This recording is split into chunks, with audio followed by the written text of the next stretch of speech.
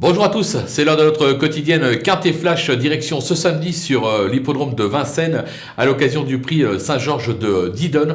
On va évoluer sur 2850 mètres, il y aura un rendement de 25 mètres pour les plus riches du lot. Des compétiteurs qu'on connaît bien dans cette catégorie, mais la course est ouverte parce que certains chevaux ne sont peut-être pas affûtés à 100%. On va voir ça tout de suite avec nos bases.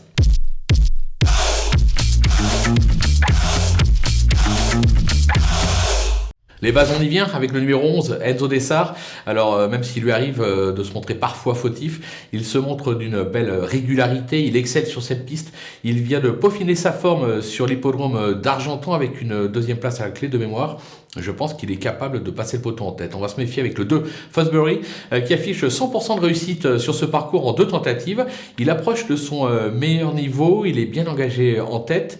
Pieds nus avec Alexandre Abrivard, attention à lui. Le numéro 10, Effigie Royale, qui a bien tenu sa partie dernièrement sur ce parcours. Elle semble être revenue au mieux, elle aussi. De nouveau associée à Eric Raffin, il va falloir compter avec elle. Du côté des opposants, le 13, Erdelios, qui n'a pas bénéficié du meilleur des parcours dernièrement. Elle a fait ses preuves sur cette piste. Son entourage est chaud bouillant, on va pas se le cacher. C'est un objectif. Bien évidemment, il faut la garder haut dans sa sélection. Le numéro 9, Favori Liton, 100% de réussite l'hiver dernier à Vincennes, 3 victoires et 2 accessites. Alors il ne sera que déféré des postérieurs, mais compte quelques bonnes performances ainsi. Son entourage dit que le cheval n'est pas encore à 100%, qu'ils ont besoin de savoir où il en est exactement, mais qu'il est capable d'entrée de jeu de bien faire. On va le garder assez haut dans notre sélection. Le numéro 6, Expeditious. Alors, un modèle de régularité qui s'était déjà imposé sur le parcours, mais dans des lots nettement plus faibles. Alors, on lui met une paire d'œillères descendantes pour la première fois. Son entourage est très confiant. Moi, je vous avoue, je suis mi-figue, mi-raisin. Je ne sais pas s'il est capable de briller dans cette catégorie sur l'hippodrome de Vincennes, mais comme son entourage, qu'il connaît mieux que moi, est très confiant, je vais justement leur faire confiance, raison pour laquelle je l'ai gardé aussi haut. Mon petit coup de poker, je l'aime bien celui-là, ce sera le 12, Jambé d'Orgère. Ce spécialiste de la province s'est souvent bien comporté lors de ses incursions en région parisienne. Il affiche notamment 67% de réussite à Vincennes. Il vient de prouver sa forme sur l'hippodrome de Paris. Je pense que lui, il est capable de brouiller les cartes à très belle cote. Attention à lui, si j'avais un cheval à jouer gagnant placé, ce serait celui-là. Les outsiders, avec le 5, Feeling Paco, sans sa faute en dernier lieu, il se serait probablement classé 3e à Vincennes.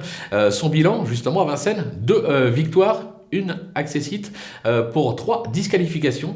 Le cheval possède de la tenue. Je pense que s'il est sage, il est capable de conclure dans la bonne combinaison. Le 3, Drago de Tilou. Alors, son unique tentative à Vincennes s'est soldée par une 4e place. Il possède de la tenue. Alors, Cannes-sur-Mer reste son jardin. Il va, je pense, bientôt y avoir quelques objectifs. D'entrée de jeu, il est bien engagé en tête. Attention, c'est un Martens. On ne sait jamais. Le 4, Fuchsia Piergi. L'engagement est favorable, mais je la préfère nettement sur piste plate. Je le trouve un peu moins tranchant sur l'hippodrome de Vincennes. Ce sera plus pour une 4 ou 5e place. Et enfin, le numéro 7, Flya Kaluma, qui affiche 75% de réussite sur ce parcours. Elle n'a pas été ridicule dernièrement dans cette catégorie. Maintenant, au 25 mètres, ça se complique. Son entourage, c'est pas trop véritablement où elle en est. Il n'est pas très confiant, raison pour laquelle je l'ai mis un petit peu plus bas dans ma sélection. Les délaissés, mais il en reste 2. L'As Fashion Girl, qui a réalisé un bon meeting en 2019 à Vincennes, mais depuis, c'est surtout en province qu'elle arrive à gagner de l'argent. Elle est bien engagée, elle est engagée en tête, mais j'ai la sensation qu'elle est un ton en dessous dans cette catégorie, raison pour laquelle je tente l'impasse. Bon, c'est une prise de risque, mais je prends des risques. Le 8, Philou l'Auvergnat. Alors je l'ai mis beaucoup plus haut. C'est un cheval qui s'est déjà illustré sur ce parcours. Alors maintenant, la constance n'est pas son fort. Rendre les mètres complique la donne, mais surtout, son entraîneur a dit le cheval n'est pas prêt. Je vous conseille de le regarder courir. On va leur faire confiance, bien évidemment. Raison pour laquelle on fait l'impasse sur ses chances. Voilà, on a fait le tour de cette épreuve qui s'annonce des plus ouverts. Méfiez-vous, je vous le rappelle, de mon petit coup de poker.